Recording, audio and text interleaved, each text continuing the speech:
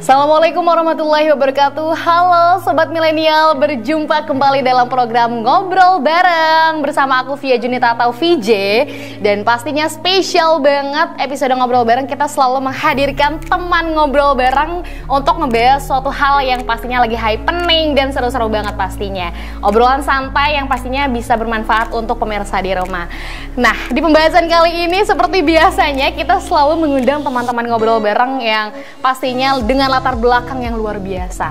Dan ini kita akan mengundang teman ngobrol bareng seorang jurnalis woman. Waduh, pasti pemirsa di rumah penasaran. Kita akan menghadirkan siapa saat ini? Langsung aja, ini dia Kak. Oke, Kak Umay. Halo, Assalamualaikum Kak Umay. Halo Kak, waalaikumsalam Kak VJ. Apa kabarnya Kak Umay? Sehat? Alhamdulillah, baik, sehat Kak. Waduh, alhamdulillah. Senang sekali pastinya Sobat Milenial nih kedatangan Kak Umay, seorang jurnalis woman. Oke, mungkin Kak Umay bisa memperkenalkan diri dulu nih Kak Umay kepada Sobat Milenial di rumah. Siap. Halo, assalamualaikum Sobat Milenial. Namaku Umi Hadiah Saleh, biasa dipanggil Umay. Saat ini profesi aku sebagai jurnalis salah satu media online. Aku mulai jadi jurnalis sejak tahun 2013 sampai sekarang. Luar biasa. Udah berapa tahun tuh kira-kira? Udah sekitar 9 tahunan ya? Berapa tuh? 2013. Berarti 9 tahunan ya, bener ya? 2013. Waduh, luar biasa sekali. Sempat vakum setahun sih Kak, sempat vakum setahun istirahat, terus ini lagi jadi jurnalis lagi. Waduh, luar biasa. 2013 berarti, oke, ini sebelum kita ngebahas nih soal jurnalis kakak, mungkin Sobat Milenial juga di rumah penasaran nih, kakak selain menjadi seorang jurnalis, kesibukannya apa lagi sih? Aku selain jadi jurnalis, aku juga aktif saat ini di komunitas jurnalis Barija sebagai anggota komite, dan juga aktif juga selama pandemi aku juga berbisnis ya Kak, berbisnis online gitu, memanfaatkan waktu dan memanfaatkan peluang di masa pandemi gitu. Aku ada jualan kecil-kecilan online, dari mulai bisnis masker, skincare, makanan dan perabotan dapur dan lain-lain. Waduh, luar biasa sekali ya menjadi seorang jurnalis, tapi di sisi lain menjadi seorang entrepreneur muda juga. Luar biasa sekali. Mungkin kan nih kita ngebahas soal karir kakak menjadi seorang jurnalis. Tadi kakak bilang kalau misalkan jadi jurnalis udah sekitar dari tahun 2013, berarti sekitar kurang lebih 9 tahunan lah ya. Udah luar biasa gitu kan pastinya pengalaman dan berbagai pengalaman serunya di dalam dunia jurnalis. Tapi aku penasaran nih Kak, sebelumnya kenapa sih kakak sampai pada akhirnya tertarik di dalam dunia jurnalis? Sebelumnya apakah jurusan kuliahnya atau mungkin sekolahnya apa dan lain sebagainya jurusan jurnalis juga atau gimana nih Kak? Iya Kak, kenapa memilih jurnalis? Memang kuliahnya mau nggak mau harus jurnalis juga ya Kak. Jadi aku kuliah di Universitas Muhammadiyah Profesor Dr. Hamka di Komunikasi Massa Jurnalistik. Dan kenapa memilih jurnalistik? Karena ngelihat kakak aku. Jadi dulu waktu pas sekolah ngelihat kakak wartawan juga, jadi ngelihat kok kayaknya enak gitu kan, kelihatannya enak kerjanya, terus banyak kenal orang-orang penting gitu, bisa pergi jalan-jalan gitu, itu melihatnya kayaknya enak gitu ya. Dari kita waktu SMA semangat gitu kan, dan akhirnya memutuskan ke jurnalis sampai sekarang gitu, karena mungkin melihat profesi jurnalis itu nggak hanya menyalurkan hobi, tapi juga mungkin bisa membantu orang dan membantu sesama gitu di masyarakat. Itu sih ya, pastinya jadi jurnalis nih, apalagi menjadi profesi yang pastinya sangat penting banget di era digital sekarang, karena kan informasi yang pastinya masyarakat terima ya dari informasi para jurnalis nih, yang dicari-cari sama jurnalis. Waduh Kak, tapi pengen tahu nih, kenapa sih asiknya jadi jurnalis itu apa? Kalau asiknya sih kita kerjanya nggak ada waktu pastinya gitu loh Kak. Jadi kerja sesuai, kalau di online itu ada agenda kan. Jadi agenda diberikan oleh Korlip. Jadi nggak mesti harus jam 7, jam 8 gitu. Kita sesuai kerjanya bisa fleksibel gitu ya Kak. Terus enaknya juga dapat kesempatan jalan-jalan dan juga bisa kenal pejabat, orang-orang penting gitu kan. Dari masyarakat bawah sampai masyarakat atas kita bisa kenal gitu loh Kak. Jadi ya kita bisa ikut di dalamnya, terjun langsung gitu, dan bagaimana sih di pemerintahan juga, di masyarakat juga seperti apa, kita bisa terjun langsung, bisa wawancara langsung gitu. Ya enaknya tadi Kak, banyak relasi, pengalaman, banyak belajar juga ya kan, dari kita liputan, misalnya kayak liputan ekonomi, jadi kita setidaknya sedikit tahu ya mengenai kebijakan ekonomi, kemudian ya isu-isu ya kan, jadi tahu di masyarakatnya seperti apa, di pemerintahan seperti apa, jadi banyak belajar sih Kak, banyak belajar, jadi banyak pengalaman juga gitu setelah merasakan dan terjun langsung di dunia jurnalistik. Enaknya sih luar biasa sekali ya Kak, liputan sana sini gitu ya, punya kenalan sana sini yang waduh seru banget sih kalau ngomongin dunia jurnalis ya pasti ya. Tapi tentunya di balik itu semua nih, apa sih hambatannya menjadi seorang jurnalis selama kurang lebih berkarir dari tahun 2013 sampai sekarang nih Kak? Hambatannya mungkin bukan hambatan, tantangan dan hambatannya mungkin kadang kita di lapangan juga tekanan juga dari kantor juga, ketika ada peristiwa atau kadang kita juga dituntut pressure, tapi namanya kerja kayaknya semua sama ya Kak, ada pressure dari kantor, itu kadang hambatan-hambatan yang belum lagi kalau misalnya ada peristiwa atau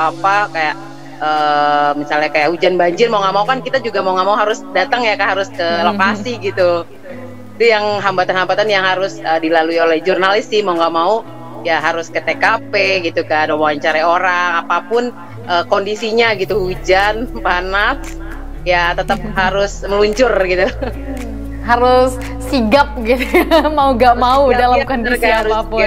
Waduh luar biasa sekali. Tapi kan berarti kan nih Kak, jurnalis gitu ya kan, sumber informasi dari segala informasi gitu ya kan, dicari dan menjadi dicarinya oleh seorang jurnalis gitu kan. Berarti kan dituntut harus up to date nih, apa nih yang terjadi gitu kan, yang lagi happening apa nih dan lain sebagainya. Apa sih yang selama ini dipersiapkan, yang harus dipersiapkan menjadi seorang jurnalis tuh selama ini, based on experience Kakak tuh seperti apa?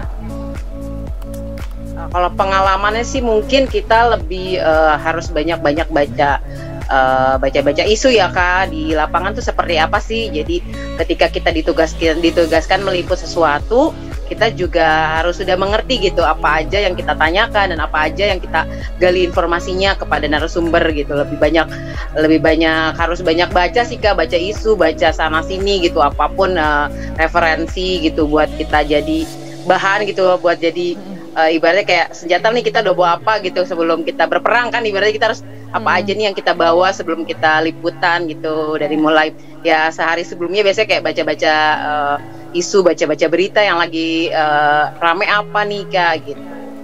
Waduh luar biasa sekali. Nih Kak Umay, ada nggak sih cerita-cerita seru gitu yang sampai pada akhirnya berkesan banget selama ini menjadi seorang jurnalis? Ceritanya sih banyak ya Kak, bingung. Mungkin yang berkesan aku sangat berkesan sampai sekarang ya, kesempatan ini loh Kak. Jadi ketika ada Raja Salman datang ke DPR, ketika itu seharusnya Pemret yang menugaskan, seharusnya Pemret yang datang dari undangan di DPR saat kunjungan Raja Salman, dan ketika itu Pemret ternyata menugaskan reporternya, dan aku kebetulan ditugasin gitu kan, seharusnya reporter senior aku, tiba-tiba dia nggak mau hadir, akhirnya aku yang ditugaskan untuk ke dalam ruangan di DPR, padahal itu yang harusnya Pemret gitu memimpin redaksi. Dan itu sampai sekarang sih berkesan, kayak ya ampun, ketika aku jadi kalau bukan wartawan mungkin aku nggak bisa ada di dalam gedung ini, maksudnya dengan kesempatan gitu ya, dapat kesempatan bisa ketemu Raja Salman langsung, walaupun nggak bisa ngobrol, cuma bisa ahlan masalan ngelihat Raja datang depan aku gitu kan. Jadi yang amazing sih Kak, itu kayak walaupun aku cuma rakyat jelata ibaratnya, ngelihat sosok Raja Salman kayak lebih dekat akhirnya punya kesempatan gitu ya. Iya, itu yang pengalaman yang luar biasa yang aku ingat sih. Maksudnya yang lain sih banyak ya, maksudnya liputan-liputan yang lebih, kalau ini lebih senang kalau untuk liputan sedihnya juga ada. Jadi ketika aku pernah liputan peristiwa masyarakat, ada orang dibakar gitu kan di salah satu daerah ya kan, dia dituduh mencuri amplifier masjid, dan aku ke sana tuh orang-orang di sekitar sana kayak ngelihat kita tuh wartawan yang mereka tuh langsung tutup pintu, jadi kayak agak-agak takut juga ya Kak di lokasi-lokasi yang kayak agak-agak serem gitu, maksud daerahnya yang agak ini juga, agak ngeri juga gitu, kita juga harus hati-hati gitu sih Kak. Waduh, itu sih ya kadang cerita seru, senang, agak ngeri. Dan berbagai rasa yang pasti dirasakan oleh seorang jurnalis gitu.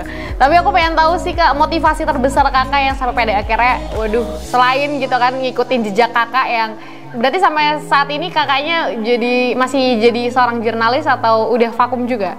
Udah pensiun gitu loh sekarang di corporate sih. Udah pensiun jadi jurnalis.